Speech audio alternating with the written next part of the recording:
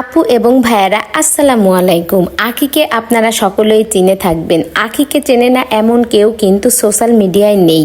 আখির ছেলে আয়াসকেও কিন্তু সকলেই চেনে। আয়াসবাবু কিন্তু দেখতে মাশাল্লাহ অনেক বড় হয়ে গেছে।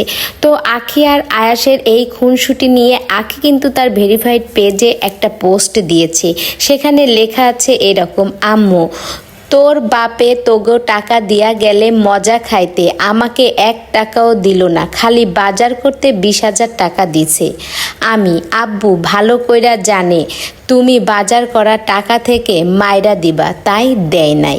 তো আখির ভেরিফাইড পেজের পোস্টটিতে লেখা ছিল ঠিক এইরকম, যেটি এখন আমি আপনাদের পড়ে শোনালাম। তো এই কথাটা আখি কাকে উদ্দেশ্য করে বলল, কেন বলল, কি বলল আপনারাই বুঝে নিন। তো আখির ছেলে আয়াসবাবু কিন্তু সকালে তার নানার সাথে একটু খুনসুটি করেছে। ওর নানা ওকে কিছু টাকা দিয়েছে মজা কিনে খেতে।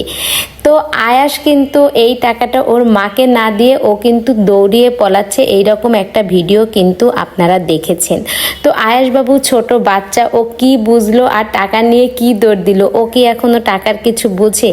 তো যাই হোক, সব মিলিয়ে আখির এই ভিডিও আমার কাছে খুবই ভালো লেগেছে। আমি সকাল থেকে তো হেসেই বাঁচি না যে আয়াসবাবু এত ছোট বাচ্চা, ও টাকার কি বুঝলো। তো বন্ধুরা কি আর বলবো, ছোট বাচ্চা ও কি বুঝেছে ওই জানে। আর ছোট বাচ্চাদের কিন্তু নিজস্ব একটা বুদ্ধি আছে, ওরা কিন্তু অনেক ভালোই বোঝে।